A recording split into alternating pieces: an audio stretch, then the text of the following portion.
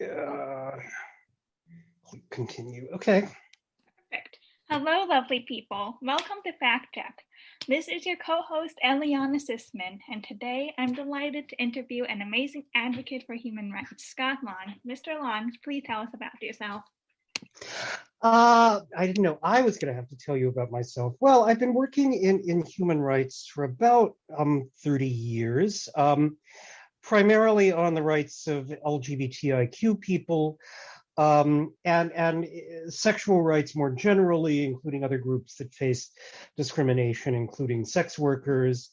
I have worked in countries including Romania, South Africa, other places in Southern Africa.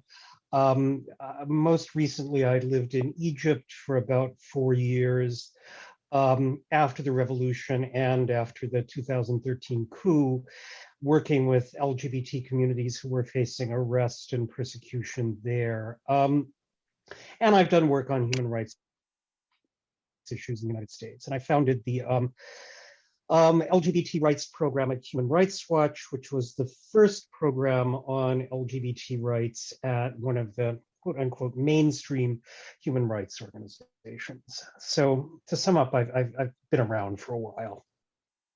Excellent. Excellent. Good for you. So you write a lot about the gap between people on the ground, especially in the global south, advocating for human rights, and a lot of the big mainstream nonprofits and foundations and famous activists, especially in the West.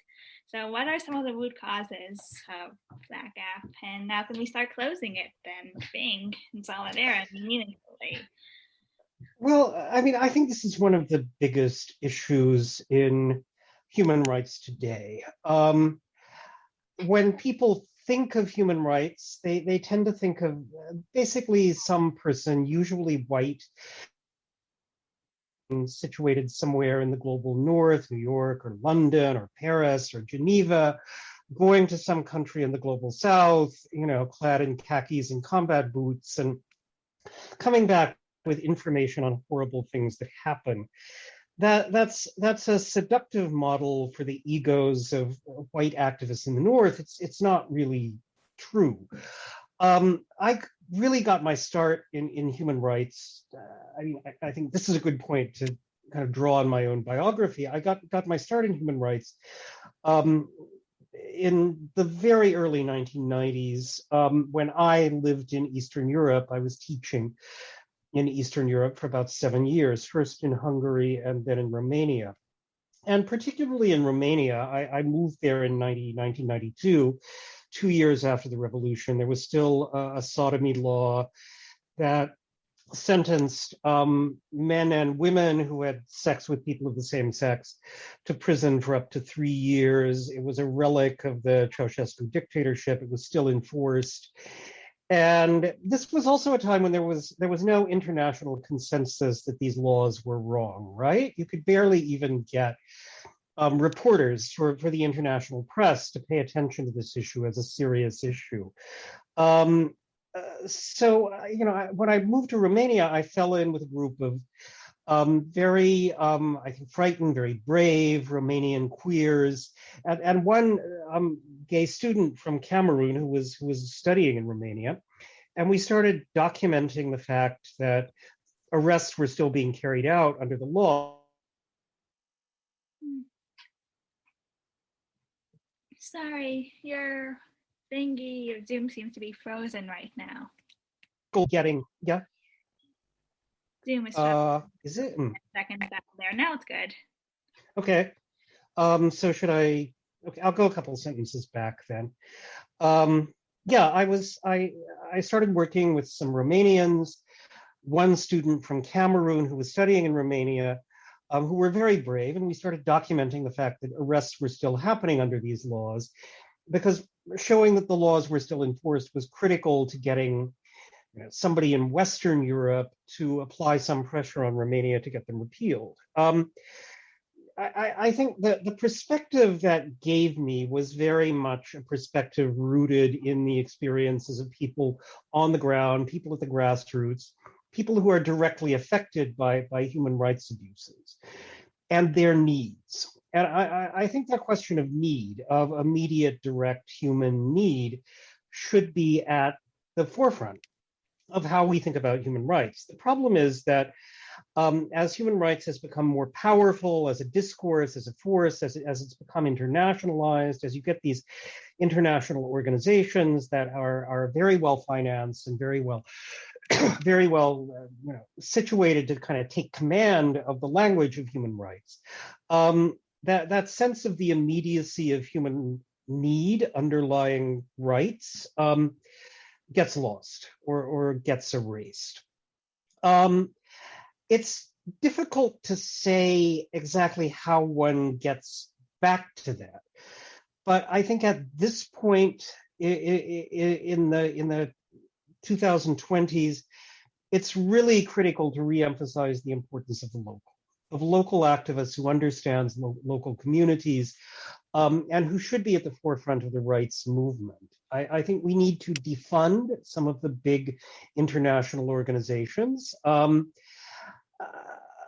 Maybe not completely, but the amount of money that they're sitting on is disproportionate to their usefulness. And I include Human Rights Watch and Amnesty International in that, as well as groups like Outright International and ARC International, which occupy the same kind of international role within the LGBT movement. I think we need instead to increase the funding and increase the resources available to local movements and local activists. We need to look to the Global South as a place that should have leadership in human rights. We don't need more organizations based in New York, Geneva, London. We need more organizations based in Johannesburg and Mumbai and Rio de Janeiro.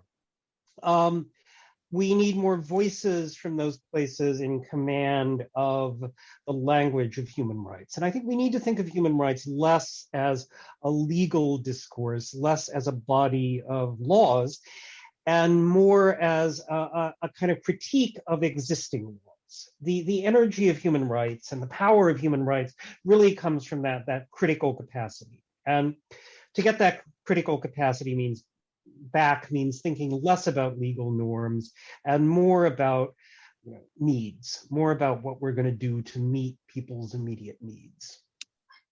That's amazing. Thank you. Thank you. Very, very, very good. And relatedly, one of the big issues in human rights organizing is how to relate to governments, both our own government in the US or wherever we are, and other governments which might be willing to do some of what we want, but which aren't willing to actually be democratic and be consistent about human rights. I'm thinking in particular of something you wrote about some human rights groups that were praising the monarchy in Thailand because it had, I don't remember exactly what it had done, something somewhat positive. Well, the king had died, and since the government of Thailand was a supportive force at the UN on LGBT rights, a number of LGBT groups kind of fell over each other to deliver fulsome obituaries for the king, who was, a human rights abuser and responsible for really brutal military coups and right-wing repression in Thailand. But hey, he was pro-gay. Yeah. Yeah, so that makes sense. Thank you. Thanks. Appreciate that, guys. I remember the spirit of what you wrote, but I didn't remember exactly what it was. Exactly. Yeah. And speaking of, to my listeners, when I talk about what Scott Long is writing, I mean at his blog called A Paper Bird, search up a paper. I'll drop the blog in the description, actually. Thank you. And Great. that's my pleasure. Definitely read it. It's very good. So anyhow, getting back on topic, what are different approaches to dealing with governments, and which approach is most principled and effective? Well, I mean, there are lots of different approaches. Let's just start with the proposition that governments are kind of the key players in the human rights field. They're responsible for a vast number of the abuses we see going on in the world. When queer people are arrested under a sodomy law, it's because a government passed the law and a government is enforcing it. And in other cases where, abuses are owing to private violence or non-state actors, it's still a basic responsibility of the state to do something about that. We turn to governments to demand that they act. So when a trans person is beaten or abused on the streets of Kansas City or Calcutta, it's the U.S. government or the government of Missouri or the government of India that we appeal to respond to this. So we're not going to get away from this kind of, as Foucault called it, governmentality as a central fact in human rights. But I think one of the problems we face is, as advocates, as organizations, as movements, how do we deal with our friends in government? How do we deal with states like Thailand or the United States that may be friendly to us, but not always with the best motives, and whose assistance may be ultimately very damaging to our cause? I think one of the things that I see happening in the international LGBT movement, and when I say this, I'm talking about advocates based in London and Geneva and New York, the northern kind of hegemonic part of the LGBT rights movement, is that 20 years ago, 30 years ago, when I started doing this work, no government would really pay attention to us. Now you have these governments that do pay attention to us, and often for domestic political reasons. You saw that with the Obama administration in the United States, which with great fanfare in 2011 launched a program to defend LGBT rights internationally. And part of the reason for that was, Hillary Clinton was Secretary of State and she was running for president ultimately, and she wanted to do something for the gays. And then Obama was president, and he at that point did not want to endorse marriage equality in the United States. So it was much easier to say, well, we'll support the gays in Uganda. And I think a lot of U.S. advocates just really. Okay. Hello? Sorry, that's one of my lovely friends texting me. Oh, that's okay. But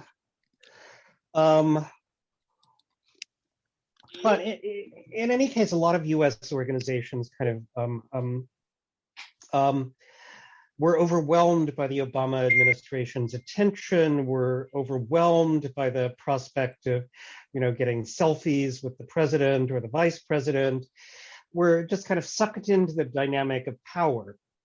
And the fact that the Obama administration's initiative came with a lot of money attached, money for LGBT organizations internationally, but also money for domestic US groups that wanted to participate in an international agenda, well, that certainly helped.